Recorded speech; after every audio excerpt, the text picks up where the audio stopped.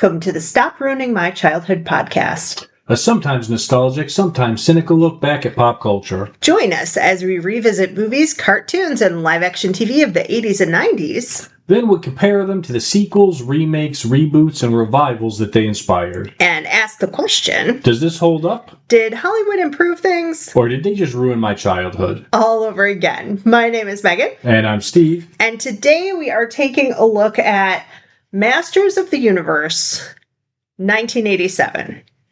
The live-action movie. Of He-Man.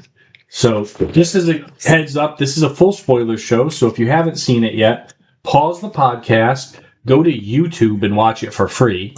It's where we found it. Yeah. And then come back to listen. Ad blockers, maybe. Yeah. So, let's talk some history and fun facts before we get into our review. This, to me, is a really interesting production history, and I'm gonna spoil my full review later and say this was not great. Mm-hmm. I don't want to give too much away usually, but it was not You're great. Not supposed to do spoilers in the first minute and a half. No, I guess not. But the really we have here are budget issues, Steve. So, Masters of the Universe toy line started in 1982. If anybody's really interested, we'll talk about the toys more when we do the 2026 version. But if you are really interested in the toys, there's a great thing on Netflix called The Toys That Made Us, and I think they feature He-Man there. They do, yes. Yeah. And then the cartoon, which was actually our first podcast episode ever, that we should probably redo because we were not as smooth and professional as we are. Yeah. We didn't have a podcast studio back then. We were not as well versed. We didn't have such a high profile show that we have now. Yeah. But the He-Man and the Masters of the Universe ran from 83 to 85. And then they had the animated film Secret of the Sword, which I did not know about until I was doing research for this. Have you ever seen that? The animated film Secret of the Sword? Yeah. Yeah, I believe that's where they introduced She-Ra. Oh, man. I don't know. Yeah, but because She-Ra and He-Man are twins. And they were separated at birth. And She-Ra was sent to a different world. Oh, okay. So right up until today, I learned that they're twins. I thought they were in love. They're not in love. That would be disturbing. I didn't know that they were twins.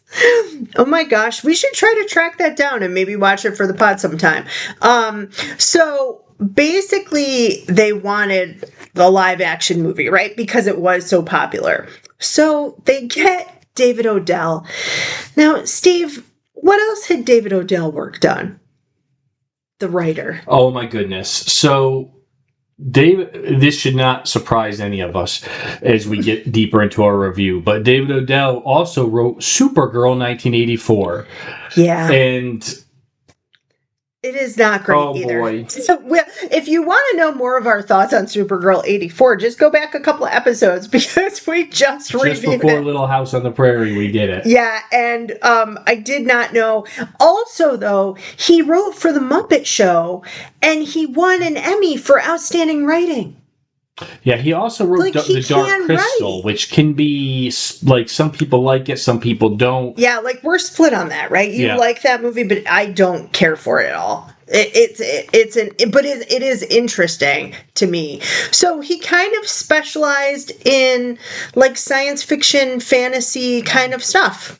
And his fingerprints are all over this movie, obviously, since he wrote it. I mean, I think as we go on here, an argument can be made that he may have done a little growth in the 3 years since '84, but it was not landslide growth. I'm really surprised that they even hired him, given how Supergirl performed. Because the flop of Supergirl '84, you would think that would not. So basically, we have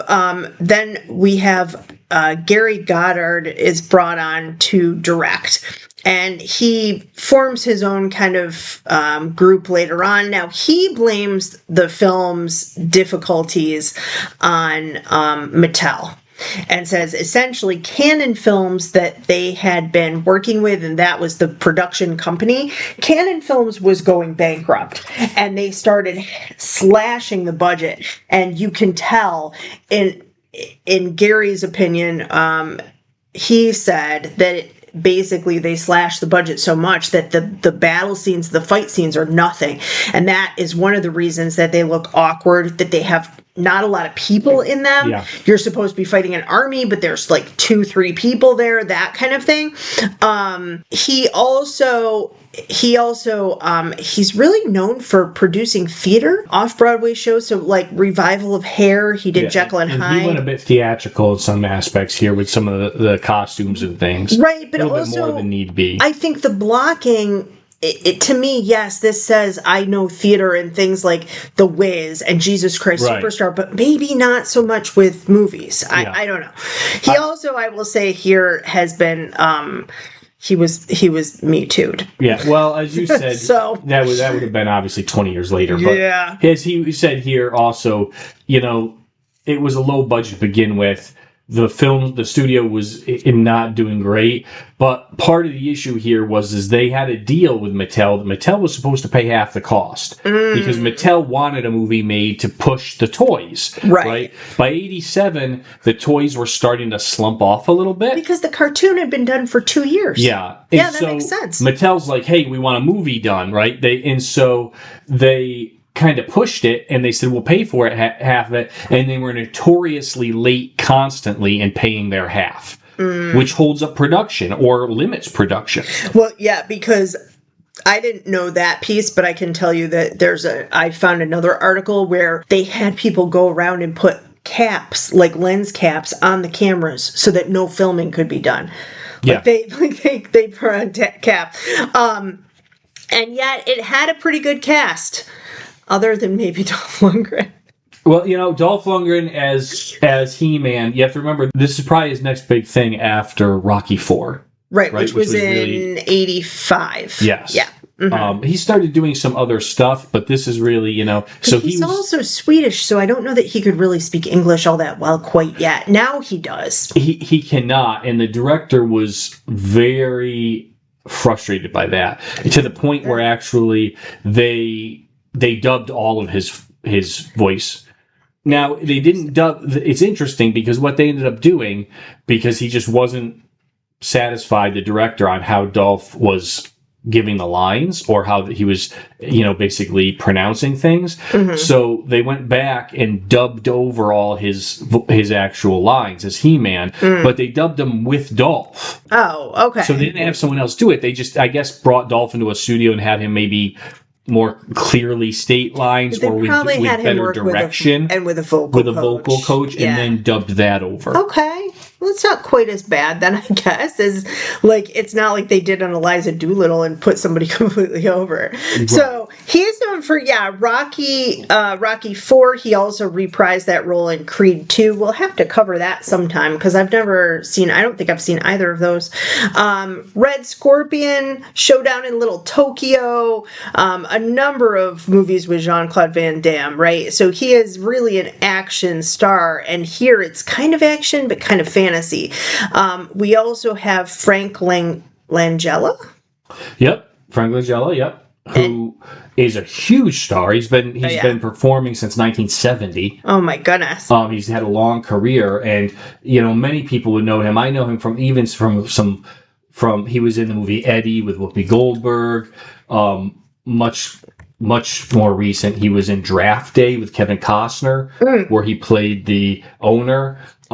He's also been on Broadway as well and won Tonys. Oh yeah, he's been in Broadway. He's been in Star Trek. I mean, everything. But you can't. He's unrecognizable here because he's playing Skeletor, right? Yeah. And he has a mask on, but he's a really well versed actor. He's been in a lot of different things, and he kind of took this pretty seriously, even though it was kind of a low budget film. Did you read why he wanted the part? Oh It's yeah, so because cute. of his son. His son is a big He-Man fan. His son was like 4 at the time. That's like, it's so adorable to me. I love it. So yeah, so he plays Skeletor, and he really is still kind of proud of his work. You know, that's the other thing too. Sometimes no matter how a movie turns out, sometimes the actor's work is still good.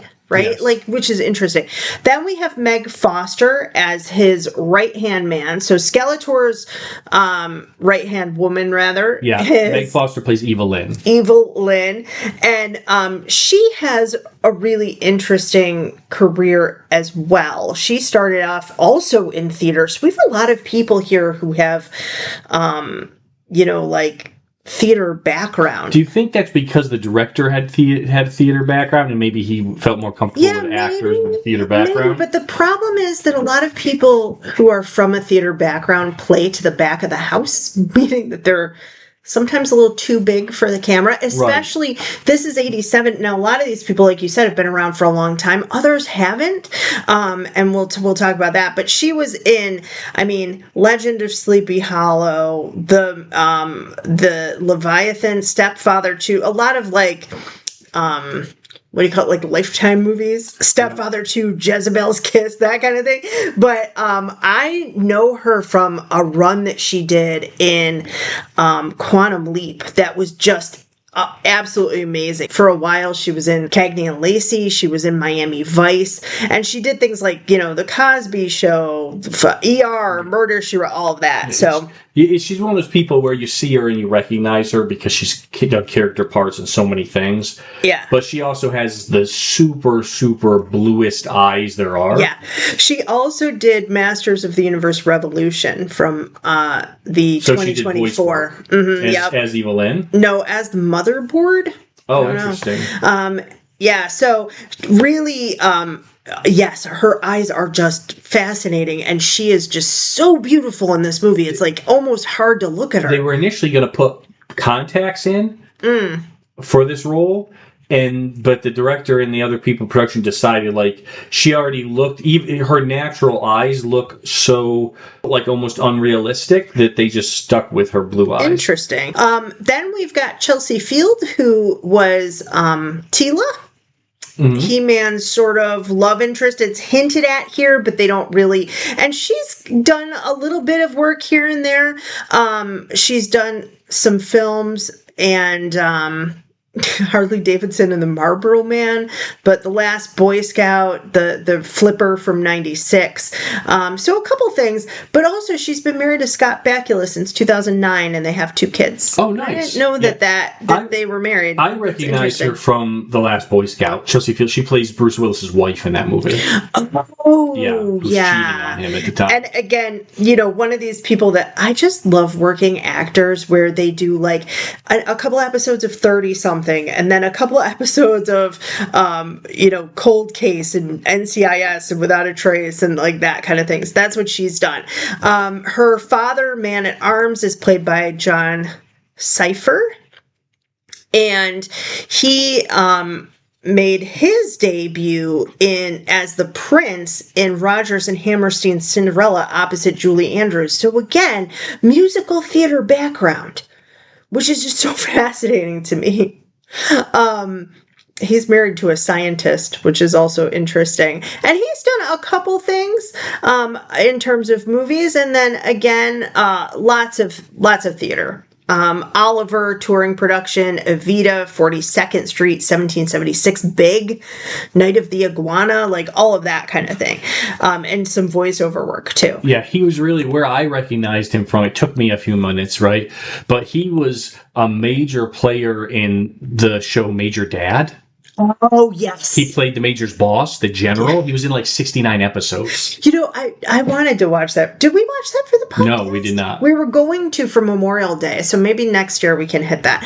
And then we have Billy Barty, who has since passed away, and he plays the Gwildor.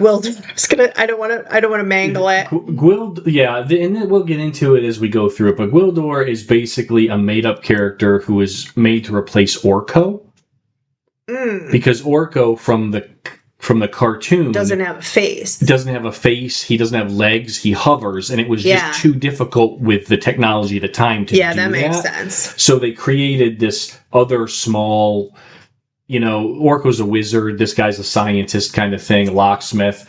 And Billy Barty plays. And Billy Barty had a long career. He's a little person. And he did a lot of work as a little person. His career started in 1930. Yeah, it actually started in the 20s with Mickey Rooney. And they did Mickey Maguire shorts. And then in the 30s, that's when the long form. Yeah. So he did a bunch of shorts before that. But yeah, that's so He was in a movie in the 80s, I remember, called Tough Guys. He was in a number of movies that I remember in the 70s, the 80s, and a lot of times where there was needs of a little person, right, or a little person's part, he was in it. You might know him as he did the voice work for Disney of Figment on the Imagination ride. He was also in Willow. He was, again, where they had a number of little people, right? But he also was in Gold Diggers of 1933. I mean, Soup to Nuts from 1930. These are like classic. A Midsummer Night's Dream from 1935. I love like old classic movies. I wanted at one point a podcast where I made Steve watch old movies, but he went into it. But yeah, just a really long, amazing career. Alfred Hitchcock Presents, and he did stuff even as a baby. And then voice work, also DuckTales and Adventures of Gummy Bears, like other things that we have watched and talked about. Yeah, he was in UHF, which with Weird Al Yankovic which was one of my faves from the 80s. Yeah. And he actually, kind of like Warwick Davis, he donned a lot of makeup and he played Rumpelstiltskin in the horror movie Rumpelstiltskin in the 80s. So kind of like Warwick Davis doing Leprechaun. And then we have somebody you've never heard of before, and that's Courtney Cox. Courtney Cox. She's a small character actress. Yeah. She's never been on anything huge or anything. Nothing you'd know, probably. Yeah, nothing you'd probably know. But yeah, Courtney Cox, that you do know from Friends, and of course, Alex's girlfriend on Family Ties toward the end of that show. But more importantly, that you know as Julie from Masters of the Universe in 1987. Yeah, not her run on Friends, not her run on the other Cougar Town that she did, and definitely not recently. There's some parallels here to her doing Masters of the Universe early in her career and Jennifer Aniston doing Leprechaun. Both are true. Kind of that's campy cult movies, right? I also will say we did review Leprechaun, like one of our very first holiday episodes was Leprechaun. So Courtney Cox is in this. So this is, and then her love interest is Robert Duncan McNeil, who really is known more as an executive producer now. He played Tom Paris on Star Trek, Lieutenant Tom Paris. He did, yes. Star Trek Voyager. So he was kind of quirky and possibly on the spectrum, if I recall correctly. But then also he has directed Chuck, Resident Alien, The Gifted, the newer Turner and Hooch, all of that. He started out on All My Children. So a really amazing cast. And it could have been different, Steve. There were a number of people, when they looked at He-Man, they talked about a then unknown Keanu Reeves for He-Man. Interesting. That would have been a completely different he would have had to dye his hair and bulk up a bit. And bulk up. Yeah, he was really thin at that point. They also looked at Sylvester Stallone, but Mattel's choice was Dolph Lundgren, I think, for the look specifically. Skeletor, before Frank Langella signed on, they talked to Jack Palance. Yep. If you don't know that, he was in City Slickers. Yeah, and earlier in his career was well known for doing a lot of horror movies and movies where he maybe played a monster in makeup. Yeah, and almost like a Bela Lugosi kind of thing. And also Ricardo Montalban. Oh God. I think I don't know why I find that just the funniest choice. Ricardo Montalban is a Mexican American film actor, and he was in Fantasy Island and Wrath of Khan and all of that. And then for Teela, they looked at Sybil Danning, who is like a B-movie icon. and they were looking at her. And then really the role of Julie kind of, I don't know much about the casting. It seemed like maybe they saw Courtney Cox a few years after her famous appearance in that Bruce Springsteen Dancing in the Dark music video, and then she started being picked up after that, and it looks like maybe they specifically invited her. I don't think she had to I don't know that she auditioned. Yeah, but there's not much info about that. So another quick fun fact: Mattel and Masters of the Universe did a competition during the filming of this, where kids could put in to see if they would win a part in the movie. Oh, that's so cute. And Richard Sponder is the boy who won, but the problem is by the time they selected the winner, over half of the film had been done. So especially all the series, all of the actual scenes. So did he not get in it? All the scenes that take place in our world were done. Oh, so they couldn't have him just like in the background or on the street. So they put a mask on him, and he actually is credited in the cast as Pig Boy.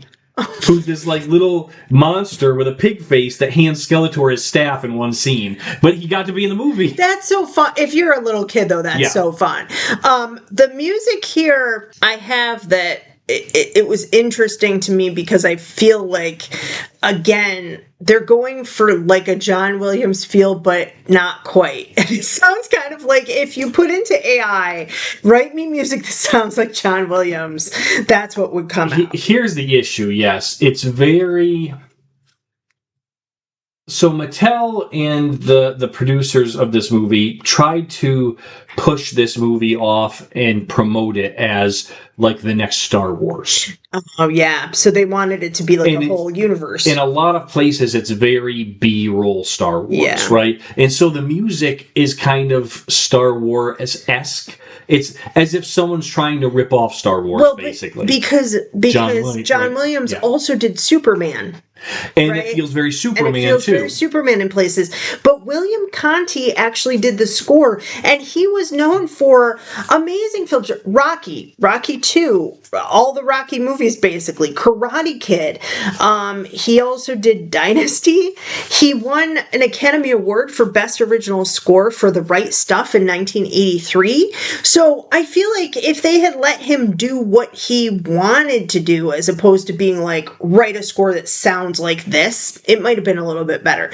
The makeup is also incredibly distracting. And again, budget and production issues. So here's what happened, Steve. Michael Westmore, who's a makeup artist who has won 9 Academy Awards, he won an Academy Award for makeup for The Mask. He won 9 Emmy Awards. Okay? He has done almost all of Star Trek, including like designing the Ferengi. Yes. The Borg, right? Like these are, and I was like, but the makeup for this looks so horrible, but he designed it. And I was like, was it early in his career? No, it was after he won the Academy Award. Here's what happened. He designed everything, but the budget cuts meant that they could not work with the union. So this was a non-union production, and this makeup artist is Michael Westmore is in the union, in the Screen Actors Guild. So he couldn't do the actual work. So they had to use the design. They used the designs, but someone else had to do it. And then somebody else had to do it. So what happened is there was no master makeup artist on set, basically. There were all these non-union people doing their best. But essentially, Skeletor, it's not that it looks bad. I like Skeletor's makeup and mask. I think it looks good, but I think others don't. What happens is, in my opinion, it looks good, and then they try to talk. Yeah. And you can tell, and if you've ever watched that, I forget the name of that makeup show from FX. You know, where they're showing all how they do all where they did all the special effects. Yeah, the special effects makeup and stuff. They have different types, and the better ones are silicone, and then there's foam, which doesn't really move. And Gwildor, in particular, in some scenes he looks okay, and in other scenes he doesn't. Some scenes he's not even, his like the inside of his mouth is moving, but his lips are not moving with his lips. It's just not. It was incredibly distracting. I didn't care for his. I thought Skeletor's was actually pretty good. What it seemed like to me, and this could be an inexperienced non-union makeup artist, right? Trying to express the vision of someone else. Yeah. But and also we know that this was low. The budget was struggling, right? So what it seemed to me was, it seemed like the person put a lot of effort into some characters and not any in others. Yeah, I think that was... Skeletor's, I liked. Evil-Lyn's makeup and costume, I thought was really well done.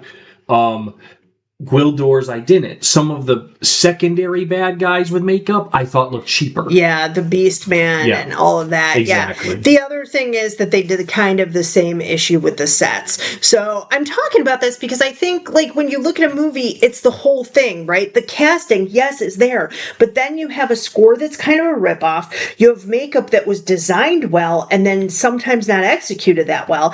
And then you have these sets that could have been incredible, but they ran out of money, so they do this matte painting that looks like Disney movies from the 1950s used this effect. So they didn't have any money for, like, even back then, there were computer generated images, right? There was some CGI, and we've watched other stuff where the CGI holds up fairly well, like Flight of the Navigator that we covered. The CGI there looks really good, actually. Those are some history and fun facts. So up and enjoy the memories. What are your memories, Steve?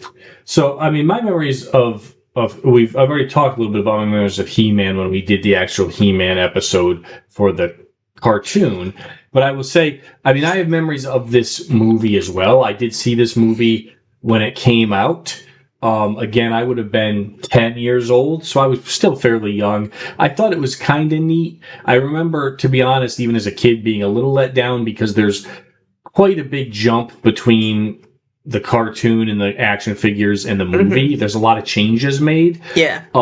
With the characters and with just the lore and things like that. That even at 10, I was like, it's not really He-Man, right? And I think they tried to come out with some toys based off this movie that didn't sell at all. Because I think that was the same thing. Like, kids like myself went to the movie expecting to see a live version of the cartoon, and that's not what they gave us. Yeah. And so, I've watched it. I may have seen it a few more times during my lifetime, but it's been a while since I have to remember, I still thought of it a little bit better than when I actually watched it again a few days ago. Yeah.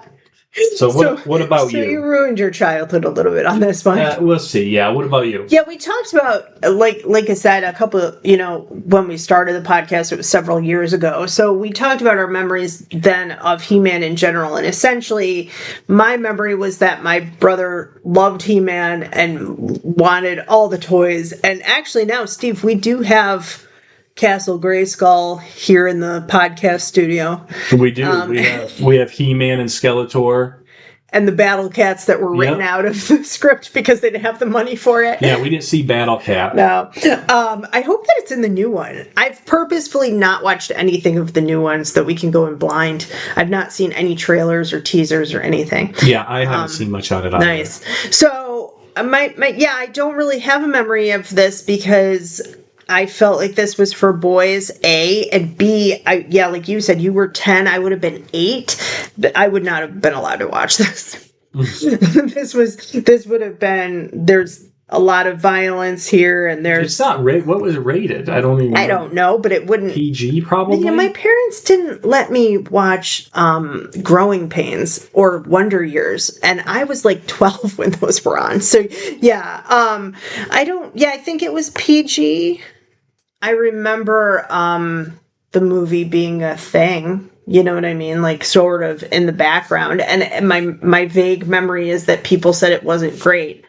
But outside of that, no. So I didn't have anything to ruin. I just was able to not enjoy everything that was happening to me on the screen as I was forced to watch and take notes and pause and rewind and rewatch parts of it again.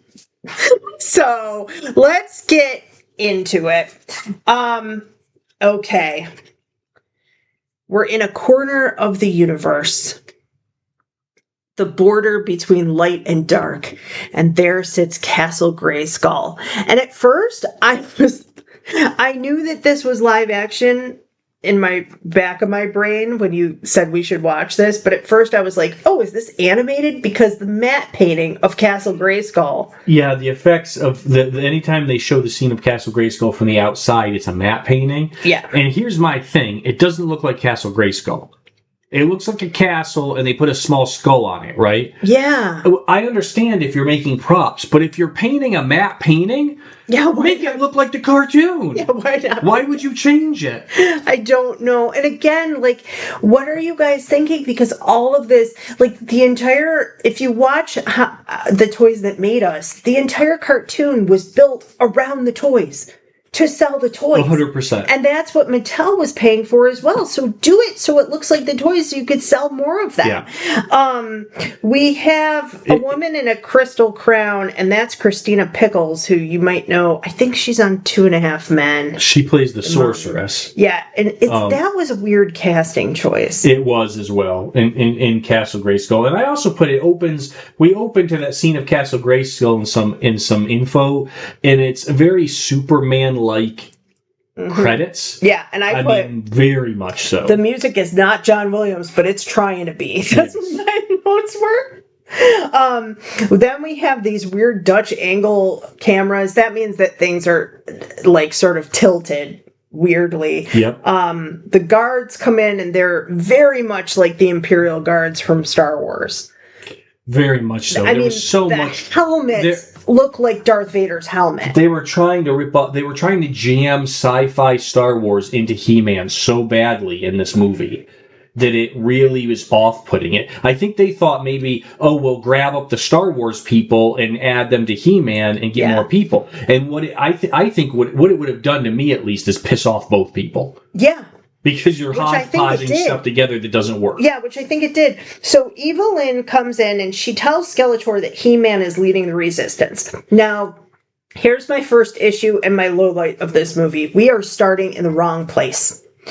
And I know from looking at the history of this that really they initially had way more in Eternia and had to cut it because of all the budget stuff going on. Right. So I don't know that we can blame the writer completely, but we start in the middle of a war, and again, the cartoon now has been off for 2 years. That means that many little kids, like little boys especially, who would have wanted to see this, like my brother's age, 5, 6, 7, they would not necessarily know the backstory of the characters. And having the origin story movie could have worked well, I think. Yeah, they pick up not only in the middle or end of a war, but it's basically this is all happening after the cartoon.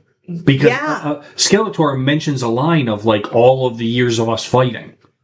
Right. So they're just expecting that you have background. Yeah, that you know all of the characters and you know the background. And I think, even with Superman 78, you know the story of Superman, but it doesn't mean that it's not great to get that backstory and the origin. Origin, yes. And we have none of that. We have that this is the border of dark and light, and there's a castle, and He-Man's leading the resistance. And also, you can't say, okay, we know we're playing on the fact that kids that are coming to watch this know He-Man, right?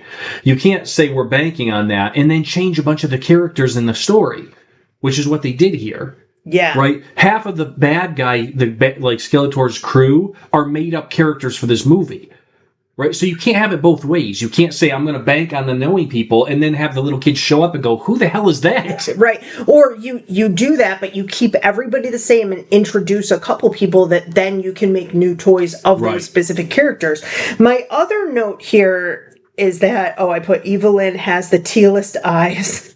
But her eyes are ridiculous. They even mention they actually put it in the script. They mention at one point somebody says some woman questioned me, and they were like, some woman, and they were like, the guy said something like, she had these amazing eyes, and they go, oh, Evil-Lyn. So it's like, it's not even a thing. Like, in that universe, they realize her eyes look like. She's just so striking. But there's also, in terms of the characterization, there's no mention of Adam whatsoever. And that's a huge part of He-Man. Yeah. From when we watched the cartoon, that he has a dual identity. Yeah, it's a Clark Kent Superman thing. There's nothing about his parents. We don't mention him. And his parents were in the original script because they wanted to establish that he is part human because his mother's from Earth. His mom's from Earth, right. So, at any rate, Skeletor talks to his troops and the fighters through a hologram that's flickering on and off, and he says, "Pledge to me." And there's supposed to be a huge battle going on, but there's like 5 people. Yeah, in a desert.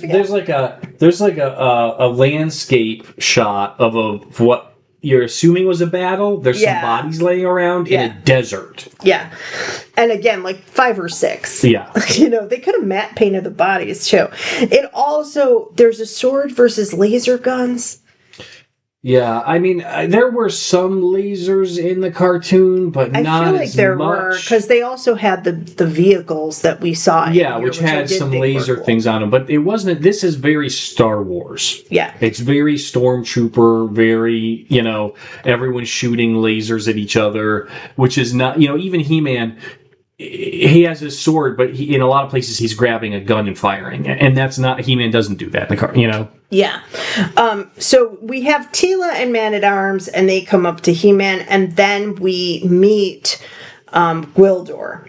So this is, there's people kind of being taken away in ropes, and Gwildor is like a little inventor wizard who is he gave some technology to Skeletor, but then he kept some for himself, and so they're trying to capture him. Yeah, they save him. Yeah, and basically he's a wizardish person, but he's a locksmith. So he's created this device that he calls the Cosmic Key, which plays musical notes and it opens up portals to other worlds. Skeletor took it from him, and that's how Skeletor got into Castle Grayskull and it took over. He got past the defenses by jumping through a portal into it. Yeah. Well, Gwildor has a prototype, another one that Skeletor didn't know about. And so they save Gwildor, and he brings them into their house, which I have a mention here. He's got like a little Star Wars-esque kind of hovel house as well, almost like what Luke Skywalker lives in. So I thought that this looked a lot, and they would have done the Hobbit and in the animated version of the Hobbit and the Lord of the Rings that were from the 70s, and it kind of looks like a Hobbit because it has like a round door. And it has a round door, but it has a lot of digital lock stuff on it. Yeah, because he says, "We didn't even have to lock our doors years ago. What is the world coming to?" Which is such an 80s. Now we do, as he punches in like this digital code and uses like a special like futuristic key, goes in, closes the door, uses a slide chain lock. Really? You've got like a digital lock key, but then you're going to use a slide? That's the thing, because the guy also did write for the Muppets, and I couldn't tell if that's something that was a gimmick? I think it's supposed to be a gag. I think it's a little joke, like when you're in a hotel and you have like a huge bolt lock and then also the little slide, like just in case. So basically, he's an inventor, and Teela starts screaming at him that he's given technology to Skeletor, and he's like, "I didn't know. We're a trusting race." That's his basic excuse. And in order to make up for it, he basically takes his backup key and uses it to teleport He-Man, Teela, Man-at-Arms, and him into Castle Grayskull to try to save the sorceress. Yes. So when I liked the sets of the inside. I thought conceptually they were good, and had they had better effects, I think they would have looked really cool. Yes. I really kind of liked that design. Well, the throne room design, throne room, which we've seen a number of times, had a very stage-like design. Yeah, that's true. You have the big throne in the back that he's up and he steps down. Like it's I could see where the director again had Broadway or like stage direction, because it's very, and not in a bad way. It's good, but it has a very stage-like We don't get to the bad way until we get to the fight scenes. Right. Because they are blocked like a William Shakespeare play from the 1500s and about as long and boring. But the sorceress is inside an energy field that only Skeletor can take away, and she has to withstand until the next moonrise. Now, here's the thing. We don't know when that is. So we are given a time clock, but the time clock makes no sense to us because it's not like in Supergirl, the newer one, they had 3 days. Yeah. Right? And actually they had 3 days in the old Supergirl too, but she was there for like 4 weeks and it didn't seem to really matter. But here, we're told the next moonrise, and we don't, I mean, that could be tomorrow or it could be at the end of the month. Like, you know what I mean? It could be 30 days from now. We don't know what a moonrise is. Yeah. Evil-Lyn comes in. Oh, when the moon comes to its zenith, the eye will open, and then the power of Grayskull will become Skeletor's. So he is trying to basically have the power. Yeah, when basically he's slowly draining the sorceress's power. Yeah. And absorbing it, but that becomes a complete thing, like when the moon is at its zenith. Then we have, oh gosh, these are good actors, so this has to be because of the director. That we have this shootout because Evil-Lyn comes in with the troops. I put Skeletor looks mildly perturbed because again, the mask is so thick and it is cool looking, but you can't see expression, right? He-Man looks like he's in a friendly snowball fight. Yeah. Like, oh no, don't, they're not. Yeah, as shots are flying around. And He-Man has the least amount of armor on or clothing on of anyone. Yeah. He should be the most scared. But it's so slow. So the portal opens, they leave, and then the sorceress says, "Leave! Eternia needs you alive. Take the key with you." But again, they just teleported into the castle. All they need to do is teleport out of the castle. Yeah. There's no reason for them to go to Earth. They teleport to a completely unknown world. Yes. And they are in basically a swamp, but there are also deer. And they're using Gwildor for comic relief, right? A little bit, So they're like, oh, and he goes, they're like, well, at least we landed in water. And he's like, you wouldn't say that if your gill slits were clogged. And then he goes, and he basically blows all the water. Yeah, he plugs his nose and blows water out his neck. And then they go, Gwildor. Yeah. So ridiculous. Gotta laugh at the little person. Yeah. You know, this is an 80s thing. I know, but it's just so ridiculous. Teela is just angry the entire time. And then this part I did laugh at. And I probably shouldn't have because it's maybe not funny.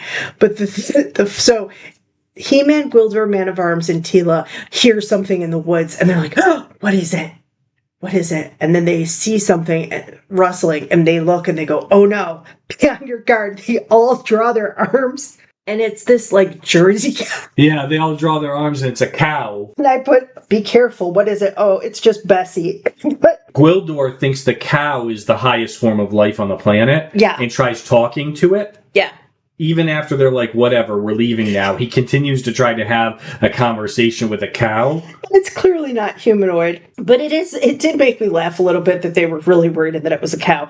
So they synchronize to their personal locations, and then they say the most important line in the movie, good journey.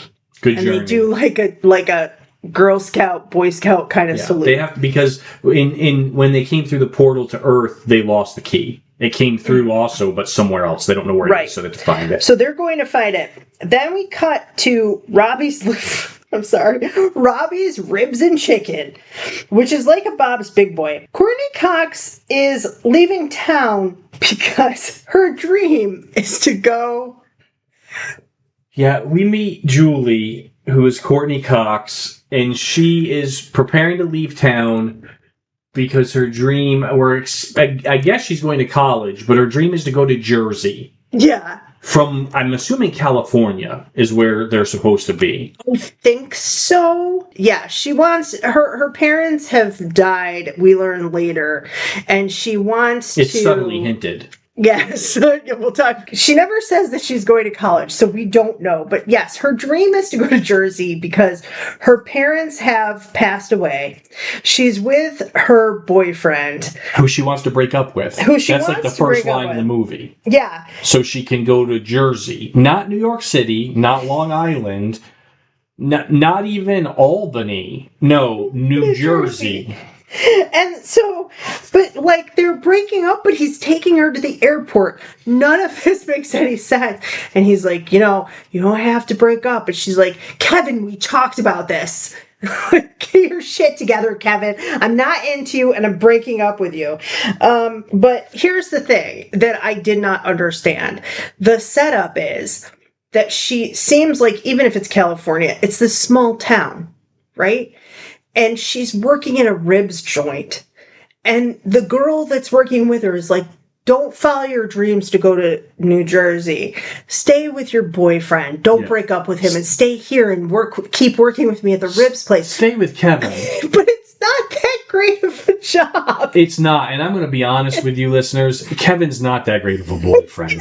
He's not even that great of a musician, which is supposed to be what he does. Yeah, he's got some dreams to be a musician. So she's not wrong in wanting to move on from at least that half of her life. Julie lives in a podunk town, works in a ribs place, is dating an aspiring musician who plays assuming bar mitzvahs and like bridal showers. It don't get better than that. She's at the pinnacle. She's got to get out of Dodge. She's reached the top. Then she says, and I did laugh out loud at this too, because of Courtney Cox, I do think is a good actress, but she looks at her boyfriend in this van and she goes, no, Kevin, we're breaking up. We talked about this. And he goes, okay. And then she goes, Kevin, I'd like to go to the cemetery, say goodbye to my parents. What? Yes. That's how we find out that Julie's an orphan. I'd like to stop at the cemetery to say goodbye to my parents. Like the fourth line that she speaks in this movie.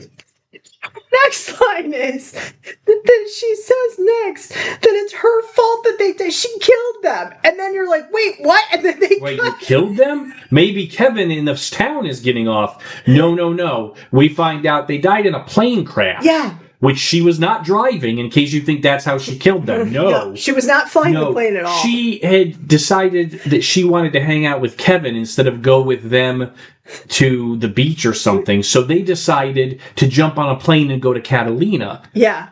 That has nothing to do with her. To do with her at all.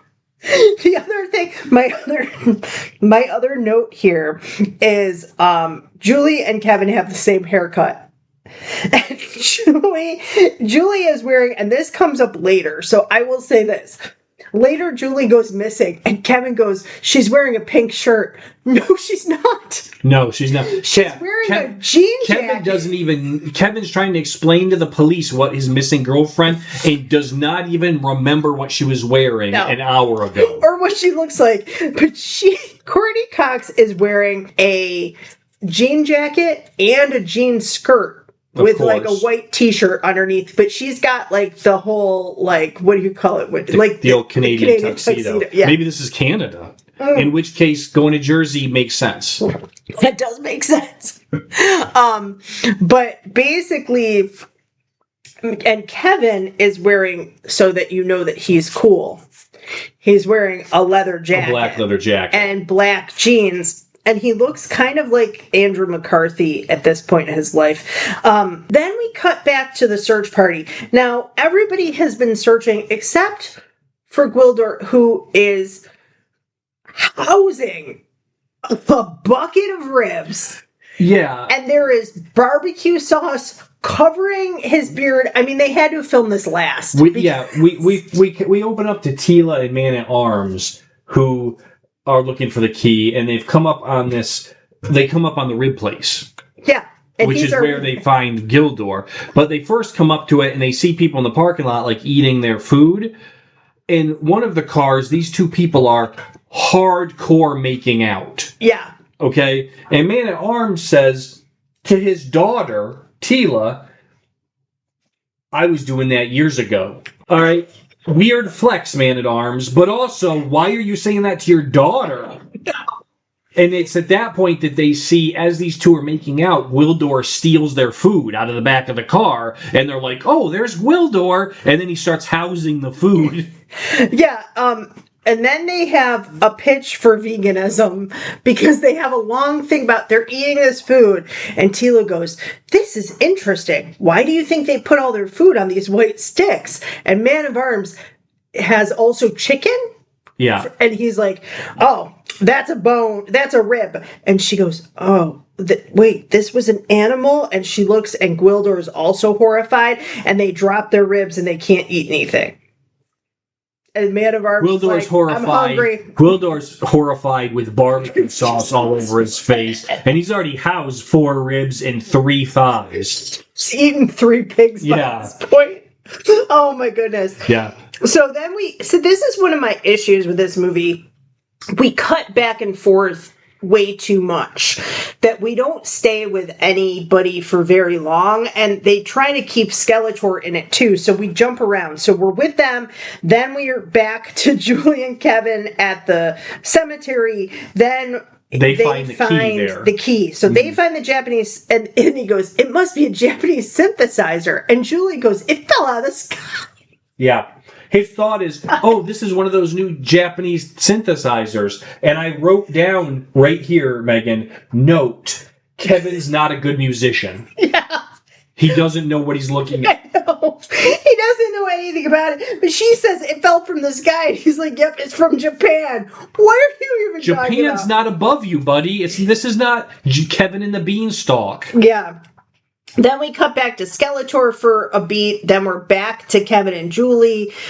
He wants to do a sound check. And he is basically trying to get her to not go on the plane. And he wants her to come with him to do this sound check. And she's like, okay. We find out that as he's doing the sound check, if you use the key, it allows the bad guys to track you. Right. So he was playing with it. Then we cut back to Skeletor, and Evil-Lyn has been tracking it. And they have really, interestingly enough, like kind of a Google Earth satellite deal. They do. But my favorite part of this whole scene is that they zoom in. First, they're looking through the universe. Then they zoom into the planet Earth. Then they zoom into the United States. Then they zoom into this town. And then they zoom in, and they have a pinpoint on the high school. And Skeletor says, that's close enough. It looks to me like you could zoom right into the gym if you wanted. Pinpointed the exact place. Around the building. That's good. Yeah, we're good. I just thought that it was so funny. Like, yes, you pinpointed it. Why would you need to go? I also put here, as Julie and Kevin are in the high school gym and he's trying to test it out and trying to impress her even more, I put down a note here. I said, Kevin's trying to hold on to something that's not there anymore. Yeah, she's out of it. Julie is done. Yeah. And he's constantly making things like, but you don't have to leave, but I love you. And I'm like, buddy, at this point, you're just making it worse. Yeah. Evil-Lyn also introduces the quartet, which is Blade, Zorad, Beastman, and Karg. Yeah. 3 of those are... Beastman is the only one from the cartoon. But it was clear from Zorad and Karg and Blade that they were trying to make characters that would be toys, because they have very distinctive looks. So then she says... Then we're back to Julie and Kevin, and they're saying... They have to say goodbye because she's not going to graduation. You couldn't even walk for graduation. Nope. Plane to Jersey tonight. Yeah. Have to get out of here. If I don't get to Jersey right now, I will not be able to continue my future. Start kissing. Yeah. Well, she wants to keep him in the back pocket just in case. Things don't work out in Jersey. She wants to make sure she's got a door open. This is a situation where, like, in around 2007, 2008, Facebook would be going on, and somebody would be sliding into somebody else's DM. So it's at this point that all those mercenaries, those bad guys, attack Julie looking for the key. Yeah. And they destroy, because Kevin takes the key and goes to have his friend look at it, who owns he says his friend owns a music store. Yes. And he goes, he'll know what these new Japanese synthesizers are. And he takes off.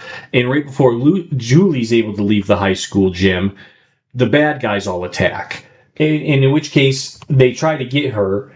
And in this battle, they destroy all of Kevin's musical equipment. Yes. Which I wrote down is probably a gift to the world. For the best. Maybe Kevin can take on his real future, which is assistant manager at the budget rental car. Or he can take over Julie's spot at the rib place. Yeah, hey, they have an opening at chicken and ribs. They do have an opening. The other thing is that she throws some punches, though.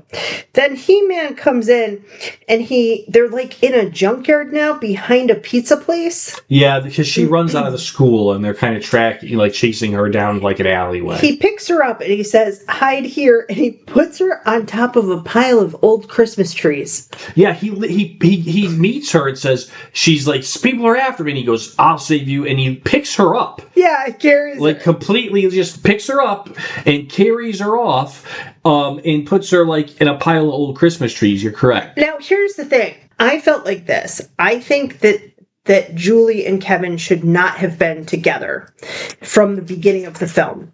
And I think that they should have just been friends. And I think he should have been there for her when her parents died. And maybe he was the boy next door, but they were just friends. Because then they could say goodbye. He-Man comes in, and then you could think she might have romantic feelings for He-Man. But no, as the movie goes on, then she starts realizing that this is her friend and she's falling for him. But instead, you have this weird thing where they're breaking up, but they're not, and then they're kissing, but they're letting each other go for kind of no reason. The relationship does not make any sense at all. Then this half-naked, muscle-bound guy picks her up and carries her off into the alleyway. Yeah. And as he's setting her down, Teela and Man-at-Arms show up. Yeah, which Teela did not care for that. And He-Man turns and goes, oh, how did you do? And Teela goes, not as well as you. Yeah. Obviously, I was like, rare, Teela, put the claws away. She did not like the fact that He-Man had found Julie. So in the meantime, Kevin is gone with the key, and at first I put, is he planning on pawning it? He goes up to this guy, Charlie. This would not surprise me about what we know of Kevin. No. But Charlie is his buddy who owns a music shop and is probably 2 or 3 years older than Kevin.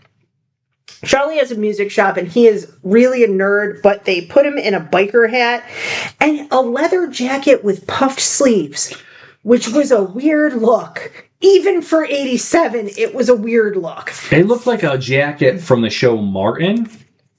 Yeah, maybe, but it didn't fit him. No, it did not. He's for reference, this guy is maybe 5'4". Yeah. He's diminutive and he's got this weird thing on.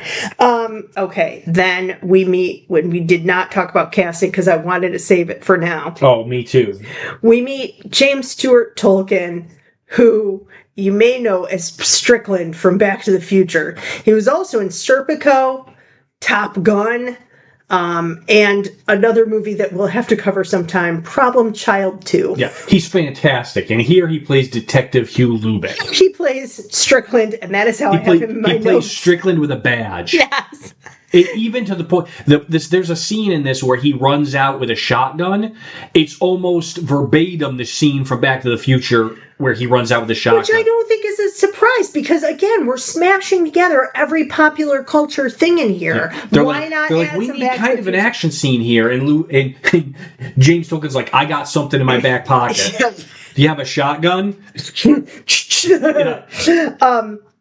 So he plays Lubick, and he is essentially a detective who is now trying to figure out why the vandalism and arson has happened at the school. Yes. He immediately suspects Kevin, because you would, Steve, because Kevin is just that kind of guy. Kevin's got that air about him. He has that air about him. Something's off.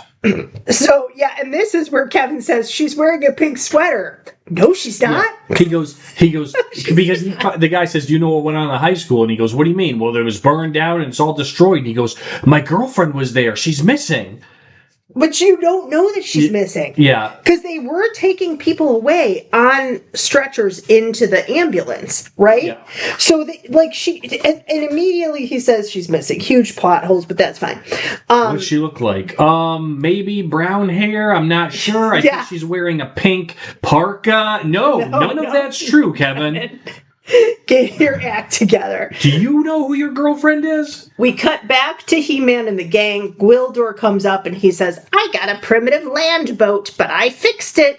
So in the 30 minutes of the school burning down and Julie almost being killed, Gwildor has watched people make out, stolen their food, eaten a bunch of ribs that he then regretted, and souped up a car?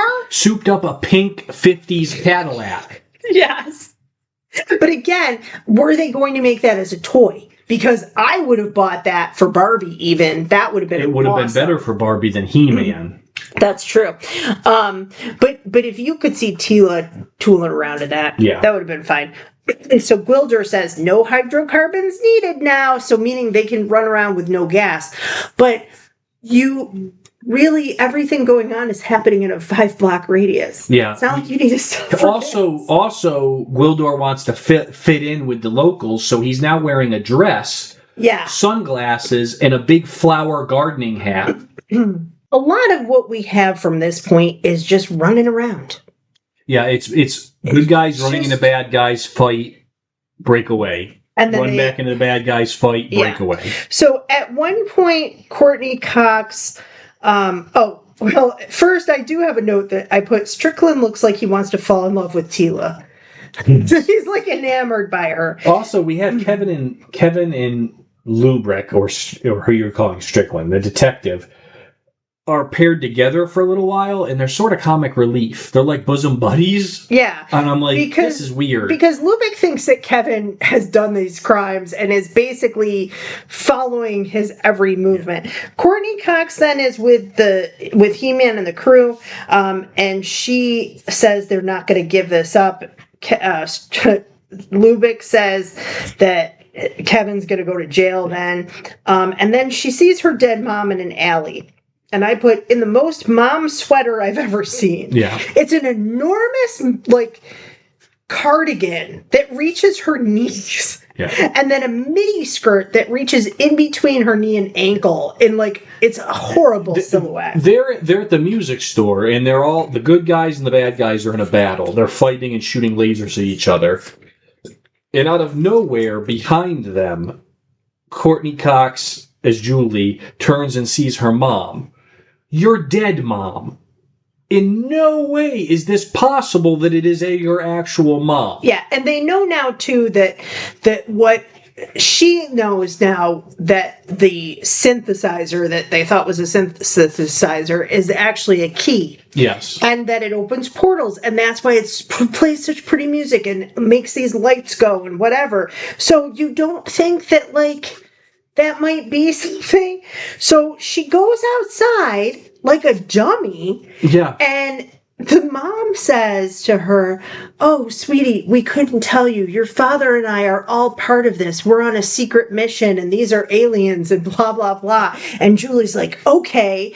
And basically goes in. Oh, my God, you're alive. Okay. So for a year... you've been, or 6 months or whatever, you've just left me alone at home? This is why in Harry Potter, whenever they see each other, they have code questions they ask. Because even I'm not sure that this is really you. What were we doing the day before you disappeared? Mm-hmm. Even that. Or what's my cat's name? I don't care, Julie. Ask your mom a question. I would have had many questions for my mom, including why did you leave me for a year? I guess this is during the time of Russia and spies and stuff, and I guess I don't know. But this is the 80s. You know what you throw in here? The importance of having a code question with your parents. Remember when they taught us in the 80s, like, if someone comes and says that your parents sent you and they're going to pick you up, what's the code word? What was your code word? Julie didn't have a code word. My code word was people are jelly. Oh, I didn't have one. My real mom she was hoping I would get taken. Oh, baby. One time, my babysitter came to pick me up, and I was expecting my mom, and I was like, I can't go with you. And I walked across, we had like an auditorium/cafeteria. I walk across the cafeteria, like going back to my pile of stuff, like my backpack and all that. I was just going to sit and read a book. And really loudly, she goes, peanut butter and jelly. And I got so pissed because you don't need to be yelling code words. She just outed your code word across the whole the code word. Now you have to change the code word. Then I had to change the code word. That's exactly what happened because now everybody knows my code word. I don't like that. Well, Julie needed a code word here. If so, she never would. What she ends up doing is this is Evil-Lyn in disguise. Yeah. Because Evil-Lyn's a sorceress, right? And she just goes back in and grabs the key and brings it out to her. To give to her dead mom who's standing in the alleyway. And then she hugs her, and then Evil-Lyn is like, thank you so much, dear. Ha ha ha ha ha. But like she says it sexually, and I didn't. And then she steps back and realizing it's not her mom, and goes, "Oh!" It screams like she's traumatized. You know she's dead. I know, it's so weird. Also, is Evil-Lyn with Skeletor, like romantically or sexually? There's some. In the cartoon, you think possibly, I mean, it's not sexually in the cartoon, but you think possibly maybe she's like kind of, romantically involved. Romantically wants to be involved. And I know that while Meg Foster approached Evil-Lyn is kind of wanting to put that on as well. Is like, she wants to please him. She wants to do a good job for him because she kind of has this. Yeah, it's interesting. It reminded me a little bit, I know you haven't read these, but it reminded me a little bit of the Left Behind series.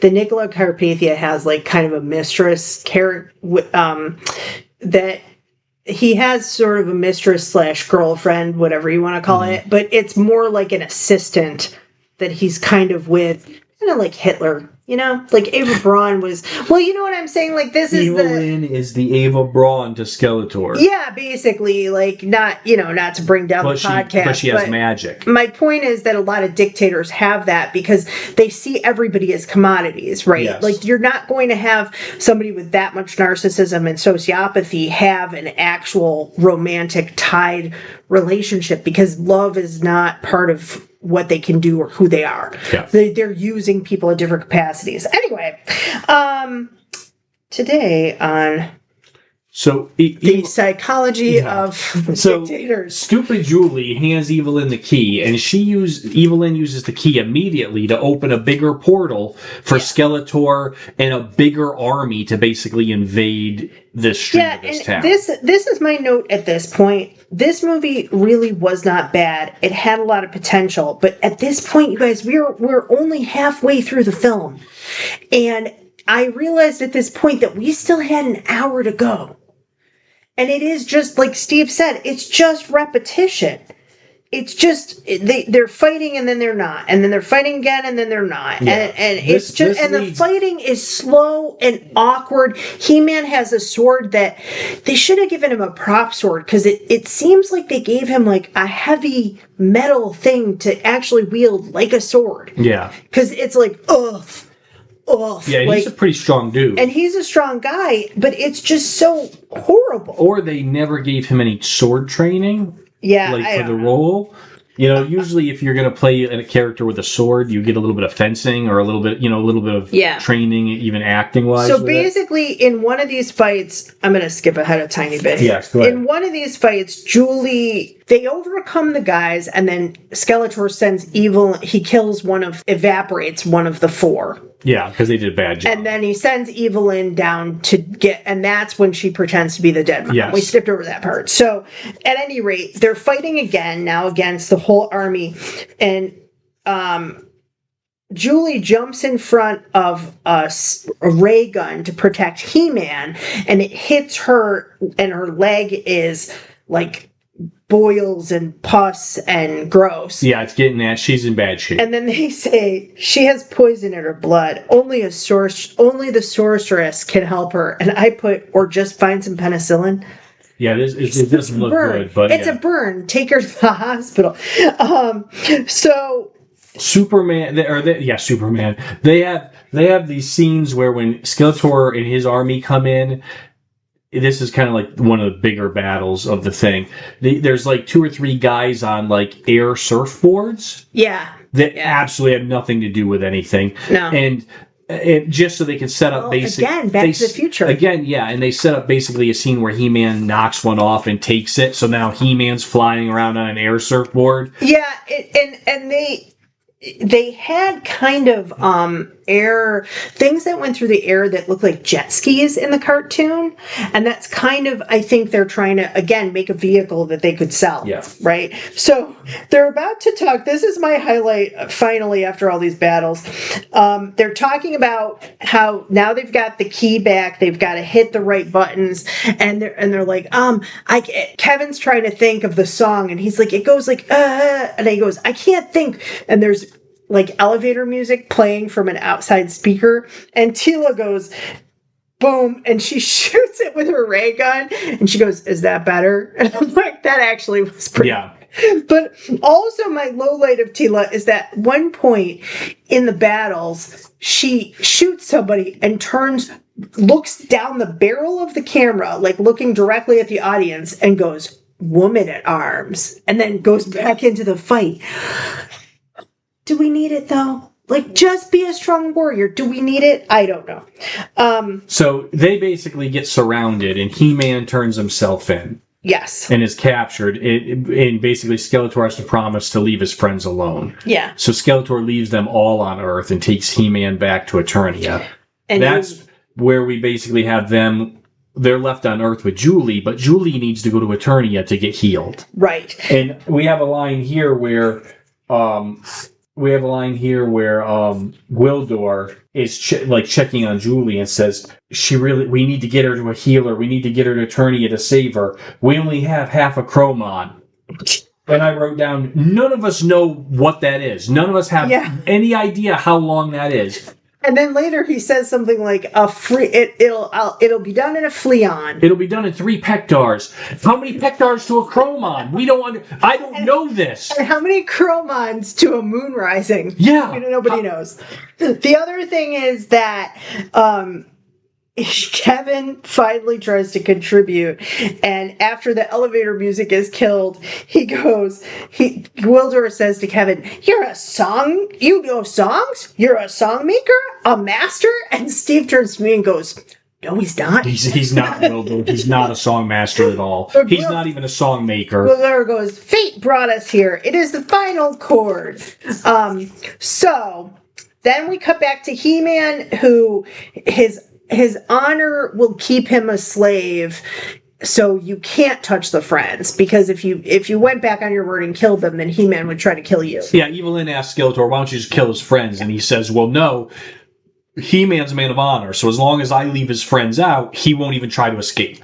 He comes in to the throne room like Jesus, with his arms straight out at his sides in a cross, and it's such obvious imagery, and also a weird way to walk. You know, like just an odd way to walk. And so they lock him up like in the middle of the throne room, like basically they chain his arms to the floor. Then he looks at the sorceress, and she's become very skeletal like herself because her power is draining from her. Yeah, and at that point, Skeletor he has one of the bad guys start laser whipping He-Man. Yeah. Again, while like He-Man's Jesus. chained up.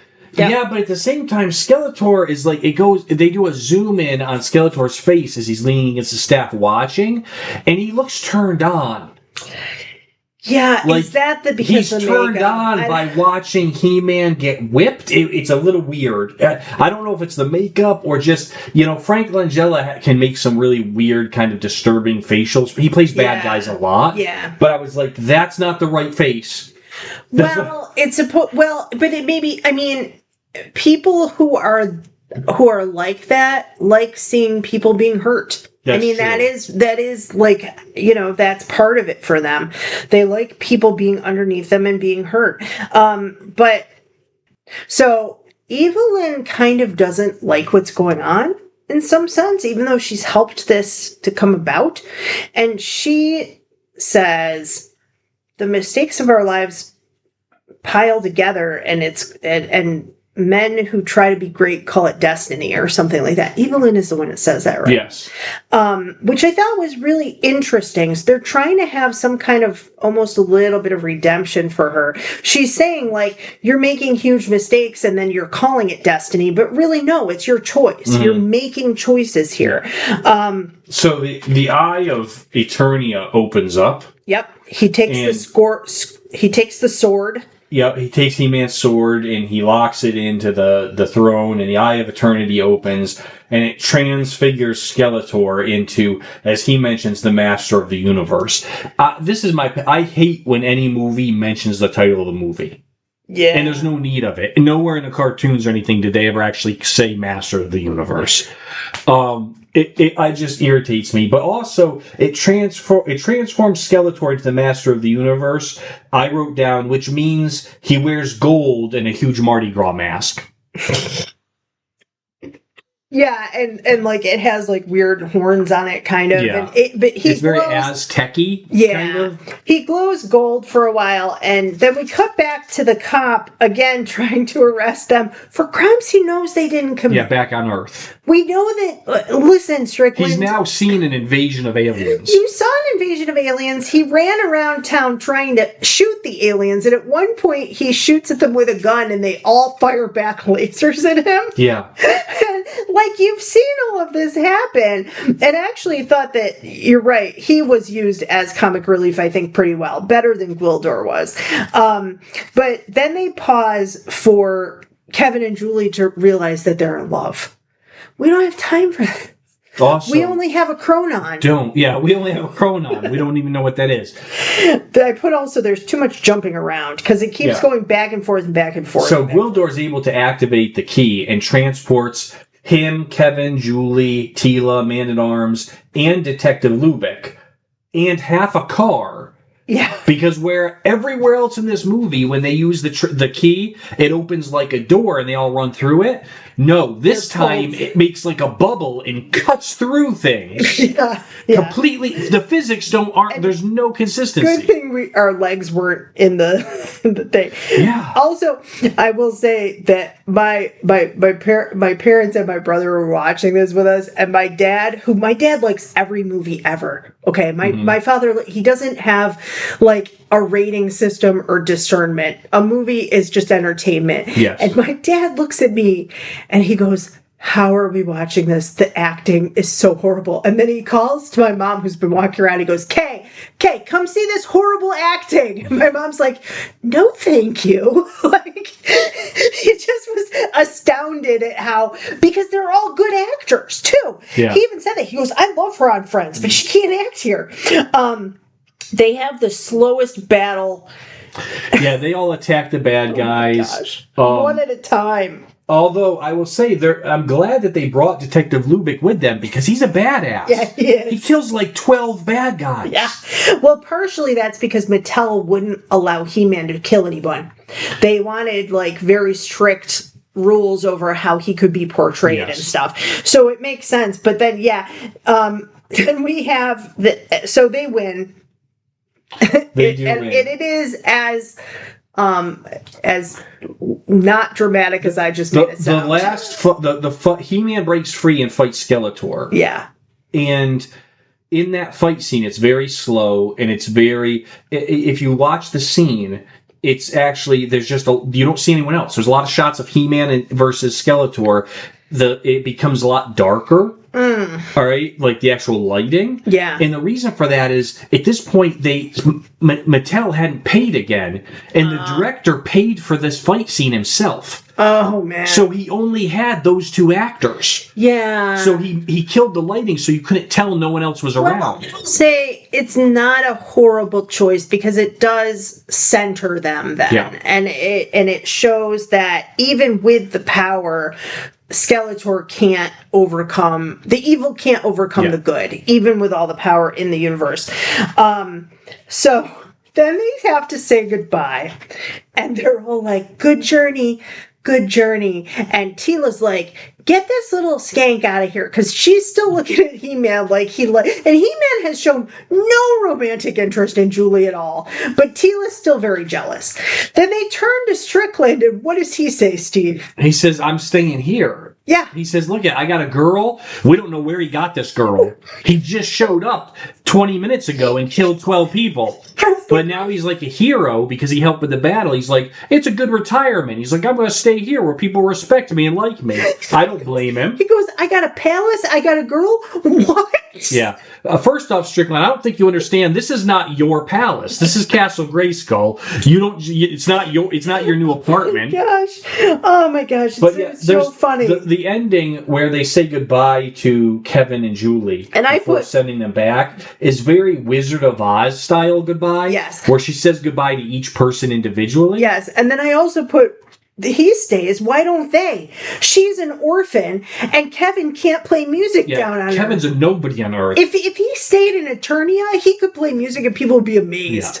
Yeah. He would be the only person, and she didn't have parents. She didn't pay. What Jersey's better than Eternia? Okay. Then we cut away after they have this, as Steve said, it's like a Wizard of Oz goodbye. And then we have her waking up Wizard of Oz style in her house. And her parents are there. And I put, was this entire thing a dream? Like, I really thought for a minute that that's where they were going, because it is so bizarre. Like, it's such a hard cut. But no, what happened is that Gwildor sent them back just before her parents died. Yeah, Gwildor has a throwaway line that basically he can send people anywhere in space or time. Yeah, which is tacked on. It's just tacked on at the end, and then he sends her back to before her parents died. But now we've caused a rift in the space-time continuum because that's timey-wimey stuff, Megan. We don't know about that. How is Strickland there and on Earth? Now there's like two of him. I don't even know. So she, to save her parents, instead of going to the beach with them, she steals their wallets and keys. So they can't go to the airport. They can't go anywhere. And then she runs out into the road and finds Kevin. But I put, what about the other people on that plane? We're not caring about them, Julie. And she was like, "Kevin, was it all a dream?" And he goes, "No, look." And they have a brooch from Eternia. And then end credits. And then there's an after credit scene. Yeah, an after credit scene of Skeletor got kicked down a pit, and at the end you see his head start to pop out of the pit, and he's like, "I'll be back." Right. So it was setting us up for a Spoiler, sequel. he was not. Because the sequel was never going to happen. And that's the film. Let's talk about reception, Steve. How did people feel about it? All right, so reception and reviews. And box office. Box office first. It cost $22 million to make this, which is surprising, but keep in mind, we kept saying there's budget issues because they weren't getting half of that, right? Yeah. What the biggest lesson we've all learned from this movie is don't trust Mattel because they don't pay on time. Well, yeah. So, it cost $22 million. They made $17 million. And as we mentioned, we've talked about this before, really their goal to make money would have had to hit about 50. Yeah. With a budget of $22 million, they would have had to make about $50 million to make money. And they did not. Like, another movie from around that time, Willow, is another fantasy movie that I was thinking of. Their budget was $35 million. Like, even $10 more million does get you better special effects. You can hire the union people who can do the work well. Things like that. So, Rotten Tomatoes has a 20%. That's high. For this, out of the critics. That's higher than I thought it would be. And it's basically a 3.6 out of 10 is the average rating. Okay. The consensus reads, Masters of the Universe is a slapdash adaptation of the He-Man mythos that can't overcome its cynical lack of raison d'etre, no matter how admirably Frank Langella throws himself into the role of Skeletor. That sounds about right. And I'm not terribly wrong with that. Variety called it a Conan Star Wars hybrid ripoff. Again, not the New York Times wrote, if you like the toy, you love the movie. That's not true. I love the toy, did not care for the movie. So yeah, but there wasn't all bad. If we jump to some Amazon reviews, we do have one that says low budget box office failure, terrific, 5 stars. The film came out during He-Man's heyday. The cartoon and toy line were so popular that a live-action feature was inevitable. However, it seems only a low-budget production was possible. Unfortunately, considering the scope of the universe. To save money and reduce the complexity of the production, the central characters are thrown into our universe. Which is true. They did cut a lot of the Eternia scenes. Yeah. And this person says, a story ploy bemoaned by fans, but I found relatable. No. We have another one that says, awesome, 5 stars. Love the movie, and my purchase arrived so quickly. They obviously bought a DVD.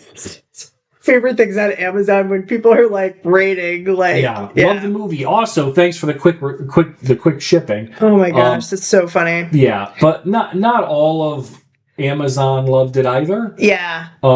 It has had some 1-star reviews as well. The biggest one being low budget and didn't interest my 6 and 9-year-olds at all. Had to stop the movie 20 minutes in due to their lack of interest. Yeah.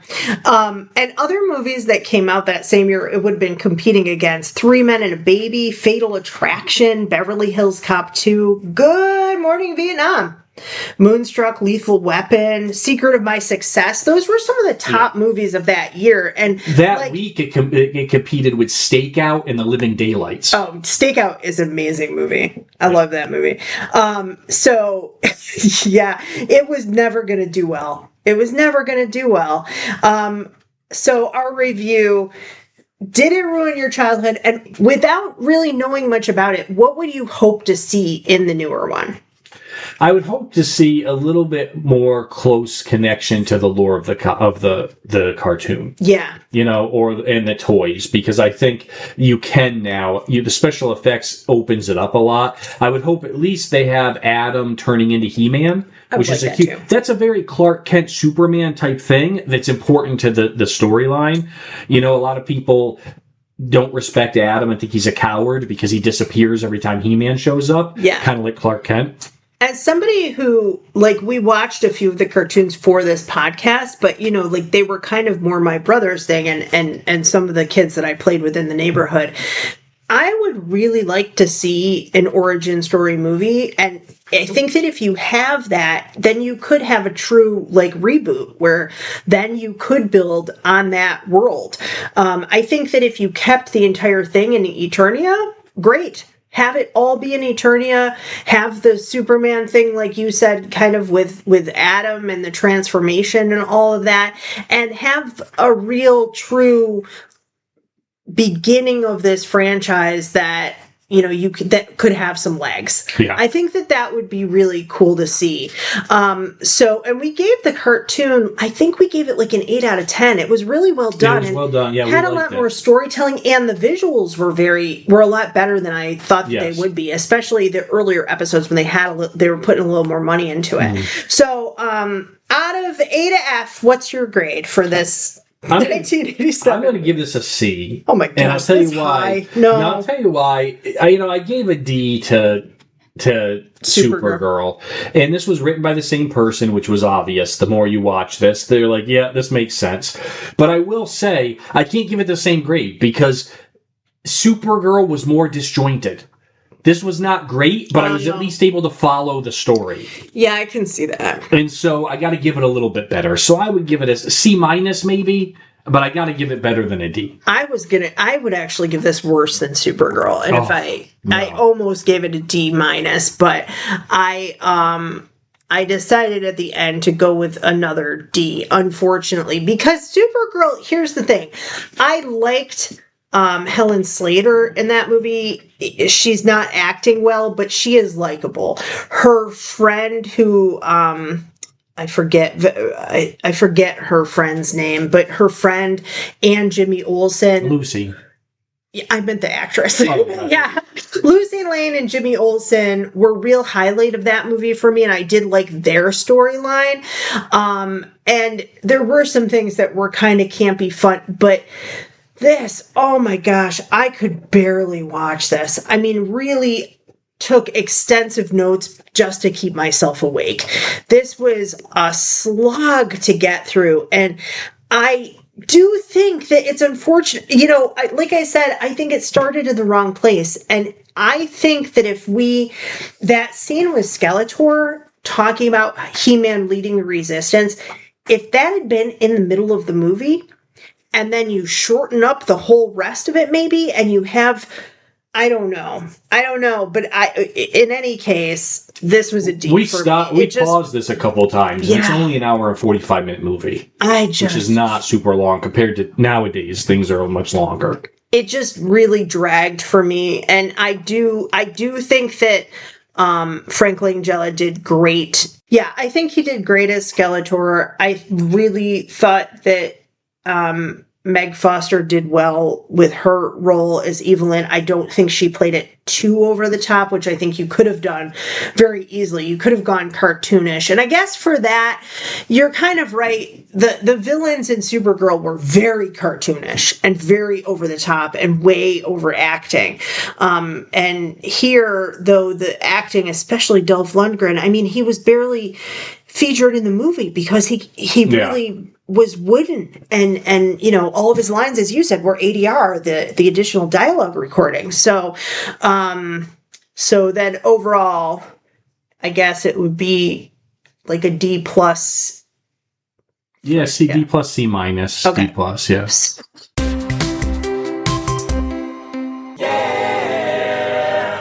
C minus for ish. C minus ish for Masters of the Universe. Masters of the Universe 1987. Big flopping disappointment. I really thought that this would be some campy fun we could enjoy. And I enjoyed talking about it with you, but I didn't. It's interesting because it wasn't great, as we mentioned, and kind of like Supergirl 1984, but this has become kind of a cult film in some circles, which Supergirl has not. Yeah. And that's kind of also why I give it a little bit. There are some people that do appreciate the badness of it now and do...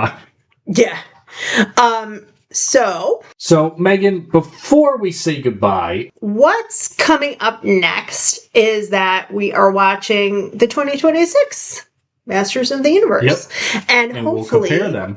And hopefully that will not ruin our childhood, and it will improve upon... It's got to improve upon this. It's got to, yeah. But again, just in case that you're just jumping back on with us or haven't been with us in a while, this new season that we've got, we're now focusing on sequels, reboots, redos, and so... Prequels. And sometimes those will be from our childhood as well. Like, we're going to, at some point, we'll watch Ghostbusters and Ghostbusters 2. Yeah. But other times they'll be more contemporary. Yep. And I think it is kind of fun to see, all the differences and how we're reinterpreting things. There are. So now we've done Masters of the Universe. Next we'll do the new Masters of the Universe that just came out this year.